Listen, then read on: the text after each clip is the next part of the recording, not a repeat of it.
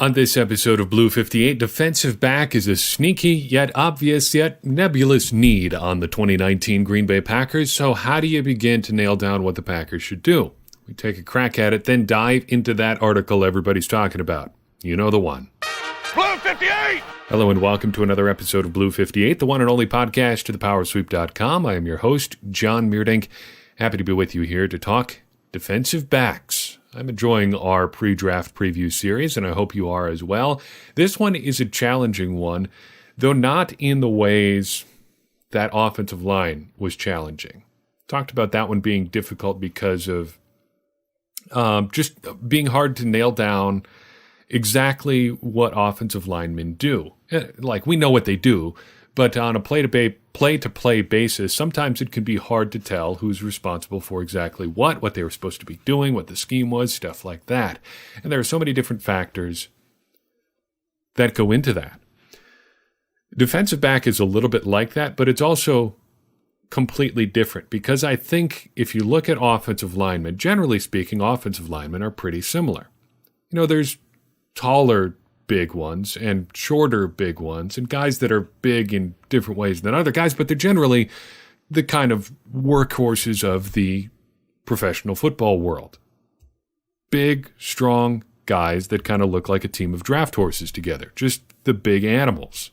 I say animals in a loving way. Offensive linemen are great. Defensive back amplifies all those differences. You can have, just look at the Packers. You've got guys like Kevin King, 6'3", runs like a gazelle.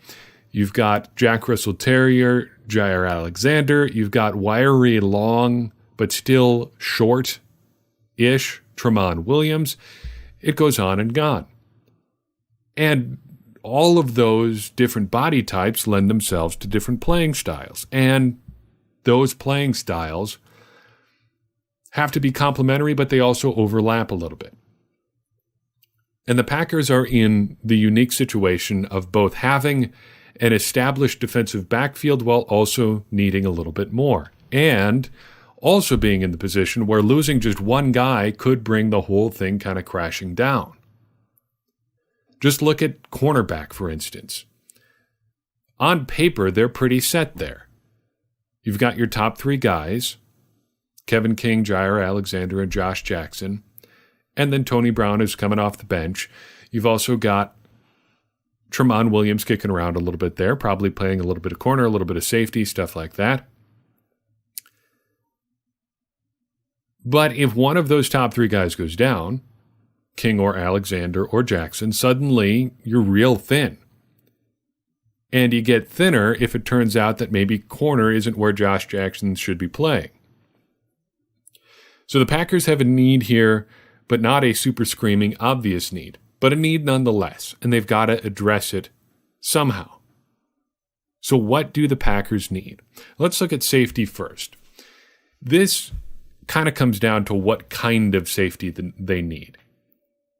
And although it's more complex than here, I think you break it down into two types. You've got your traditional free safety, ball hawk center fielder type, and the strong safety, the box safety type, the guy who plays closer to the line of scrimmage. The thinking seems to be that Adrian Amos is more of the strong safety or box safety type. He does play deep. He played deep a lot. He played more snaps deep last year than Eddie Jackson, the other notable safety in Chicago. But I don't think it's unreasonable to say he's more of the strong safety type just because of how he plays. Physical, strong against the run, things like that. And this is where the interest in guys like Earl Thomas, and Earl Thomas in particular, makes sense. You need, whether you need him a little or a lot, you need that deep center fielder type. Even if Adrian Amos can play deep, that doesn't appear to be what he's best at. And even if the Packers made a lot of moves this offseason that improved the overall defense, they still kind of need that diversification of skill sets. That's true in the defensive backfield, especially in the safety group, and true of the defense as a whole. On a semi-related point, that's why I still think they need edge rushers, and wouldn't be surprised if they took one early. It's also why they need a safety with a different set of skills than what they have right now. Cornerback is a little bit tougher. because it's less about what kind of corner you have and more about where he's going to play. I don't think the kinds of corner, quote unquote, are as different as the kinds of safety, because corners can get moved around a lot more. And although you do have guys who play more on the outside and other guys who play more on the inside, more slot corner types, I think they're more interchangeable than the safety types. You kind of have to know what they have before you can determine what they need. Kevin King is more of an outside guy, it seems like. Jair Alexander, outside but can play inside, or maybe inside but can play outside. The most versatile Packers corner, probably. Josh Jackson, you're not quite sure yet. He may actually be a safety, but I think it's still too early to make the switch. And Tony Brown kind of seems like an outside guy, but we have to remember he only played 287 snaps in 2018, just under 18 snaps per game. That's borderline having an actual role type snaps, but I'm not sure he's quite there yet. So where does that leave you? Do you need an outside guy or an inside guy? I think probably it's an outside type guy, a guy who can play on the outside more than a guy who's going to play more on the inside, but I'm not really sold on that, and I'm not sure. You might just want to take the best corner you can get and try to figure it out from there. Finally, we've got the question of size. Size has been an issue for the Packers at corner for a long time. Ron Wolf was famously hung up on having corners of a particular side, particularly in the wake of Terrell Buckley and the way that worked out in Green Bay. Does size matter at all? Well, maybe no, but also probably yes. The Packers did prove last year that they can go against their typical type at corner and still get a good player. But those guidelines, I think, are also there for a reason. Ron Wolf wasn't just making that up, because size gives you a lot of leeway. In basketball, you say you can't teach height, and that is a terrible cliche, but it has more than a little bit of truth to it. Physical attributes are something you have or you don't. Jair Alexander is never going to be taller than he is right now. It's just too bad. That's just how it is. It'd be great if he was 6'1", but he's 5'10", maybe. And all other things being equal, I think you'd prefer to have the bigger guy. If all the testing numbers are the same and the skill set is the same, you take the 6-foot-tall guy over the 5'10" guy. Even last year, people were acting a little bit like that was some kind of weird take, some sort of galaxy-brained idea. But I don't think it is. It's just kind of obvious. If you can get the bigger, stronger guy, take the bigger, stronger guy. You got more leeway there, and it covers up a lot of stuff. So let's talk about a few defensive backs. As we've done with every position group so far, we're going to talk about 5 different guys. The best fit, the worst fit, a sleeper candidate, a small school guy, and a kind of wild card player. Right off the bat, we're going to change things up a little bit. There is no worst fit in this draft. And at corner, I'm not entirely sure there is a best fit. Just reading what I've read today in the last couple days, the months leading up to the draft even, this kind of seems like a not super outstanding defensive back draft, corners in particular. Every guy I read about seems to either be crazy athletic but can't play, or so unathletic that he doesn't meet the Packers' minimums and he's not worth considering anyway. Because even though those minimums should be a little bit more malleable than they've been in Green Bay, they are a pretty good guideline of who can play at an NFL level. Greedy Williams is a good example of the entire conundrum with defensive backs in this draft. He is Dane Brugler's number 1 corner in the draft, the highest rated corner in his top 100 NFL players. I'm just going to read what he said about Greedy Williams of LSU and let you decide if that sounds like the sort of player you'd be talking about, be excited about as the top corner coming off the board in the NFL. Here's the report. Quote, a long, lean corner, Williams was rarely out of position in college with the length and sink and flow athleticism to mirror receivers' movements. While competitive and tough on some tapes, he appeared to shut things down later in the season, and his struggles shedding blocks or consistently finishing in the run game were a season-long issue. Overall, Williams lacks ideal bulk and play strength for the next level, but his athleticism and length allow him to blanket receivers in man coverage, projecting as a high upside NFL cornerback if his play personality is consistently competitive. So in short, a good enough athlete, inconsistent, and may not give you the kind of effort all the time that you want. That seems more like a guy who's going to go late in the first round or early in the second round than the sort of defensive backs we were talking about last year, where you could get one or two cornerbacks in the first half of the draft. That's a tough spot for the Packers to be in if they're looking at corner early. So at corner, I'm not sure there is a best fit. Maybe the worst fit, in fact, is the entire cornerback class. It's hard to find a slam dunk layup out there. And before I go any further, I should mention we're not going to talk about 10 players in this class. The 5 are going to be split between corner and safety. That brings us to our best overall fit here, Amani Hooker of Iowa. I liken him, for reasons that should be pretty obvious as we go through this, to Micah Hyde taken to a maximum level. Like Micah Hyde, he can do a little bit of everything. And like Micah Hyde taken to the next level, he has both good size and very good athleticism. But the thing that comes up again and again with Amani Hooker is versatility. I like the V word, as you know. I think that maximizes your roster if you've got guys who can do more than one thing.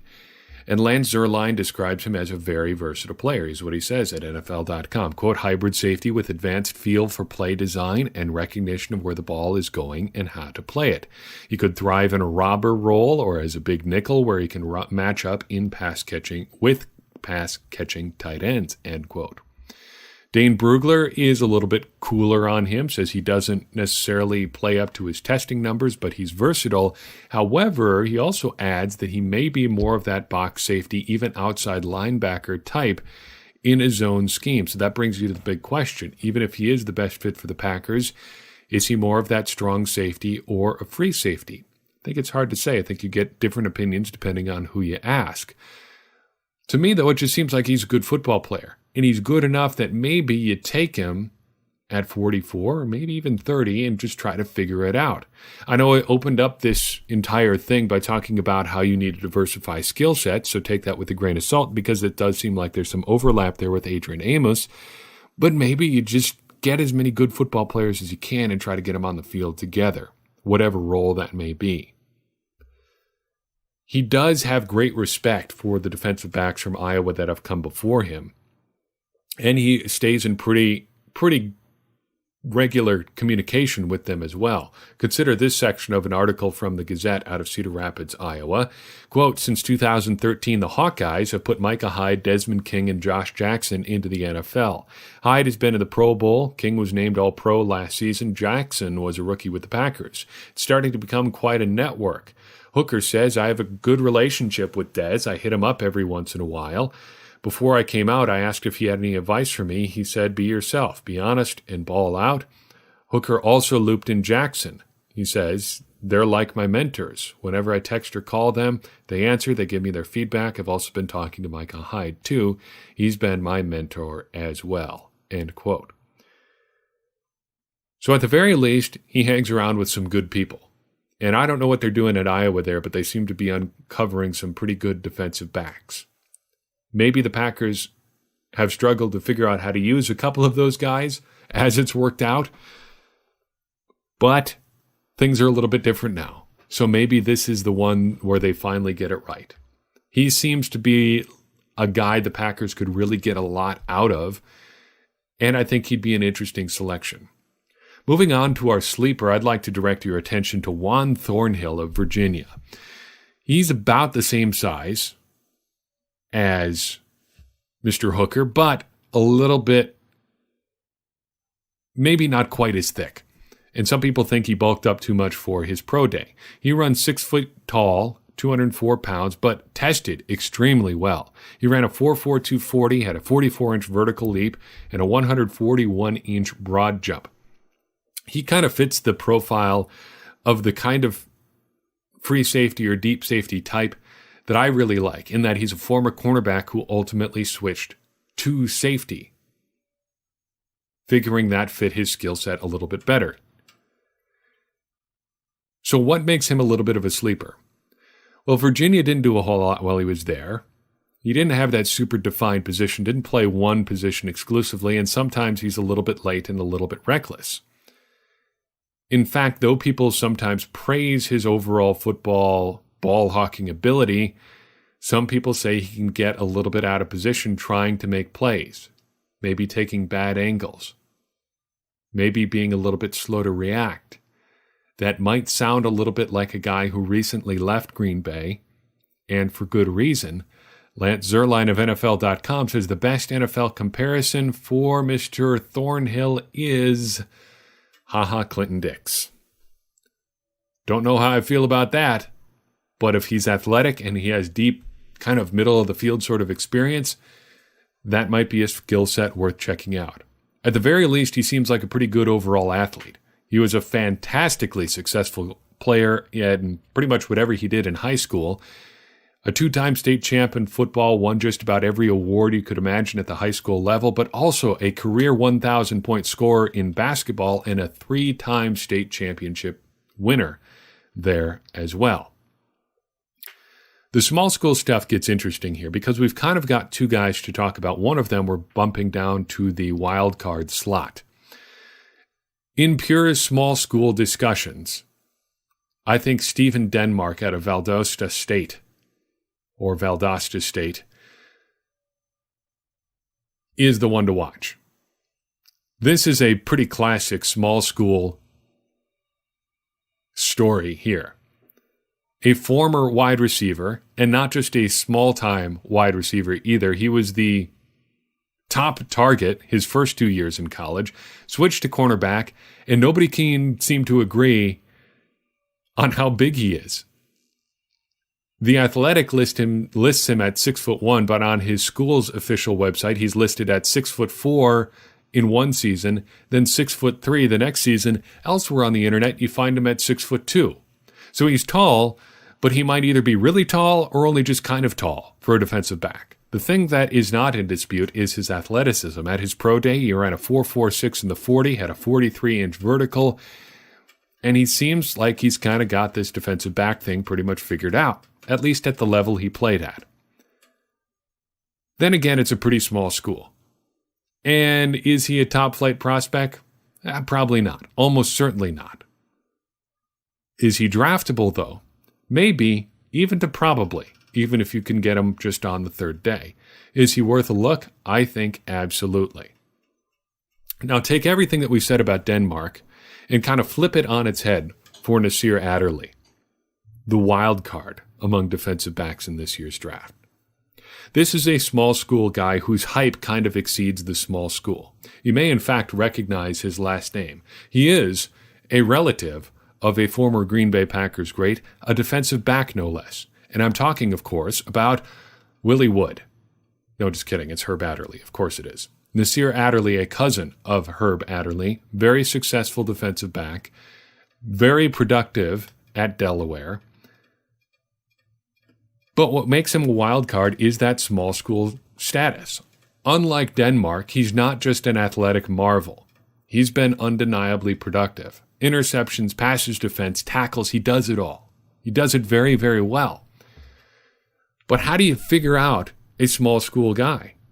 How do you figure out if it's going to translate to the NFL? It does every year for players who play at these small schools and end up on NFL rosters, making big contributions in NFL games. We've talked about one in every episode that we've done. And it's going to happen this year as well. It might be at defensive back. It might be a defensive lineman. It might be on the offensive line. Who knows? But somebody's going to make the jump. But how do you know? A lot of scouts think he's really good, and he may be. But I don't know how he can be anything but a wild card when he wasn't playing against NFL competition on a weekly basis. Think about like the SEC or the Big Ten. If you're an NFL caliber player, think about how often you play against other NFL caliber players playing in one of those Power 5 conferences. It's happening every week. Not everybody you play against is going to be that NFL caliber player. No, of course not. But you're running into them fairly often. How often did that happen for Nasir Adderley? Props to him, of course, for dominating his competition. That's exactly what you'd hope he would do. But what do you do with him in the NFL? I'm not sure, and I'm glad I don't have to make the call. Overall, I think defensive back, both corner and safety, is something the Packers have to address. They just don't have enough high-end bodies at either of those positions to feel super comfortable. And they've got to keep throwing resources at it until they get it figured out. I think you're probably looking at no earlier than pick 30 for either a corner or a safety this year. I would be surprised if anybody's in consideration at 12, both judging by the Packers' needs and what's in this draft class. But once you're to 30 and beyond at 44 and further down the list, I think all bets are off, and the Packers will probably be looking to take one in the first 2 days of the draft. While I've got you here, let's talk about the article. You know the one. Tyler Dunn, formerly of the Milwaukee Journal-Sentinel, drops this big piece in Bleacher Report about the demise of the Green Bay Packers, the last days of Mike McCarthy. The last days apparently reach back pretty far. In fact, if you ask Ty Dunn in this article, they reach back to the moment he was hired. That's when things went wrong with Aaron Rodgers. But I don't really want to talk about the contents of this article. I want to talk about how we should feel about it, how we think about it. And I would like to introduce you to the so what test. I may have talked about this before, but this was something really great that one of my professors did in college. Took a radio news writing class my junior year of college. And in this class, we had to pitch stories. That's what you should do before you work on something. You should, make sure your thinking is good, make sure it's a story worth pursuing. In this class, we had to pitch our ideas to the professor. And if he signed off on them, we would pursue them as though they were normal stories and insert them into a radio broadcast that we did, a radio news broadcast that we did once a week. We did a 30-minute news show about stuff that went on campus once a week. He had this thing called the so what test. We would pitch the idea that we had for a story, and he would ask one question. If it was a bad idea, so what? Asking so what about a story helps you identify stuff that doesn't really matter. If you're reporting about something and you can't demonstrate to somebody why it's important, it's probably not something that anybody needs to know about anyway. Sometimes it's hard to identify the so what. Sometimes you really have to dig deep to show people why they should care. But those are the good stories. But the bad stories are ones that are really more headlines than actual stories. And I think that might be what we've got on our hands here. Think about the conclusions of this piece. There are 4, really, I think. Maybe 5. Maybe the overarching conclusion is the Packers should have done better than they have 2011 to present. Okay, that's true. But then you've got revelations such as Mark Murphy was a little bit disconnected from what was going on in his organization. Ted Thompson's draft and develop strategy didn't necessarily work as well as it should have, and he probably should have done some other things. Mike McCarthy may have let the game pass him by, and Aaron Rodgers is hard to work with. What about those things did we not know before? I mean, it's not even 6 months ago that Sports Illustrated's Monday Morning Quarterback site did a big deep dive on a lot of this similar stuff. And for that matter, if they'd gotten to the Super Bowl in 2014 or in 2016, does anybody really care about any of this? We're playing the results really hard here. And related to that, it's not really a damning thing to not be liked by your coworkers. That's true for Aaron Rodgers. That's true for Mike McCarthy. That's true for Ted Thompson. Their job is to not make friends. Their job is to win football games. And the Packers won a lot of football games from 2010 when they won the Super Bowl to now. They've won a lot. Even these last couple of years, they are not at the very bottom of the league. So what does knowing all this stuff do for us now? We didn't learn really anything new. We just learned some new details to add some color to what we knew already. And to that point, even if we were learning some wholly new things, some stuff that really redefined this era. What does it do for us? Mike McCarthy is gone. He's been fired. Ted Thompson is gone, put out to pasture in early 2018. Mark Murphy is more active. Aaron Rodgers has a new coach to work with. Everything anyone could have wanted has happened. Dom Capers is even old news now. It may not have happened when people wanted it. It may not have happened as soon as it should have happened, but it happened. So what with this article? Does any of this change the outcome of the 2014 NFC Championship game? Does any of this make the Packers roster good enough to compete with the Atlanta Falcons in 2016? What if we gained from this? What is this news story, in heavy quotes, do for anyone? Other than just stir things up even more. Seems like all we're doing here is just rolling around in the muck. And Tyler Dunne is the one who led us there.